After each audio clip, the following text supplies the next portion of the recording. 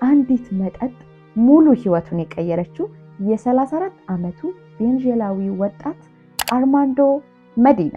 አርማንዶ ተወልዶ ያደገው በሀገረ ቬንዙዌላዊ ሲሆን አካባቢው ላይም ታዋቂ የንቅሳት ነቃሽ ነው። ነገር ግን በኦክቶበር 21 2020 ለአርማንዶ ሙሉ ለሙሉ ህይወቱን የሚያበላሽ ክስተት ተከሰተ።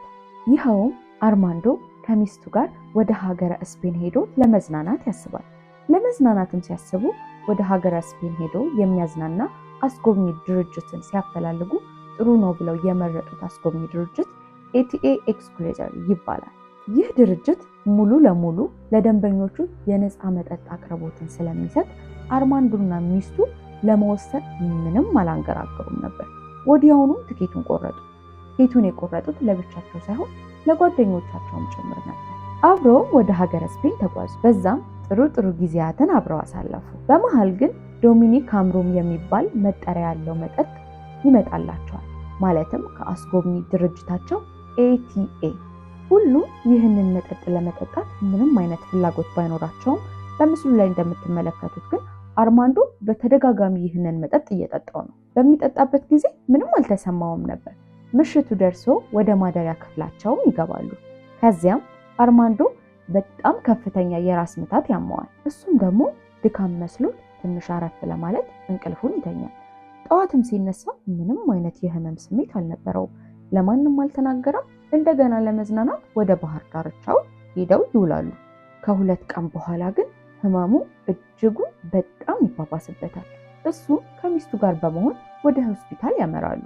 ከዚያን ግን የገጠማቸው ነገር ምን ይመስላችኋል? እዛ እንደደረሰ ግን የሚመረምረው ዶክተር በፍጥነት ወደ ድንገተኛ ክፍል እንዲገባ ያዛል። ዶክተሮቹ የአቅማቸውን ያህል አርማንዶን በህይወት ለማዳን ይሞክራሉ። በጣም ይረባረቡለታል ማለት ነው። አርማንዶ ግን ወደ ሆስፒታል ሄደው በጣም አርፍዶና ዘግይቶም ነበረ። ዶክተሮቹም እንደሚሉት አርማንዶ የጠጣው መጠጥ ክላራን የተሰኘ በጣም መጥፎ ንጥረ ነገርና መርዛማ መጠጥ እንደሆነ ተናግረዋል። ይህ መርዝ በፍጥነት ጭንቅላታችን ውስጥ ያሉትን ነርቮች በሙሉ የሚገድልና ሙሉ ለሙሉ ሰውነታችንን የሚያዳክም ሆነ የሚገል መርዝ እንደሆነ ዶክተሮቹ በደንብ አድርገው ተናግረዋል። አርማንዶም ቀስ በቀስ የማየት፣ የመስማት፣ የመናገር የሁሉም ነገር ችሎታው እየቀነሰ መጣ። ¿Qué edad tienes, Armando? 23. Ok, ¿y a qué te dedicas? Fotógrafo. በስተመጨረሻው ራሱን የማይቆጣጠርበትና ምንም አይነት ነገር ማድረግ የማይችልበት ሁኔታ ውስጥ ገባ። አንድ ቀን የጠጣው መጠጥ ሙሉ ጭንቅላቱን ከጥቅም ውጭ አደረገበት። ቤተሰቦቹም ለአርማንዶ በጣም ብዙ ሚሊዮን ብር ለሕክምና ቢያወጡ ዶክተሮቹ ግን ምንም አይነት የመዳን እድል እንደሌለው ነግረዋቸው የስፔን መንግስትም ሙሉ ለሙሉ ኤቲኤ የሚባለውን አስጎብኚ ድርጅት ያገደ ሲሆን $50,000 የገንዘብ ቅጣትም ጥሎበታል። የአርማንዶ ህይወት ግን ተበላሽቶ ቀርቷል።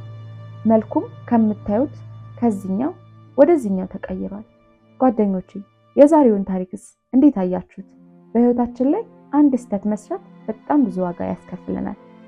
የኔ ወዶች እንደተለመደው ላይክ፣ ሼር፣ ሰብስክራይብ በማድረግ ፍቅራችሁን ግለጹልኝ።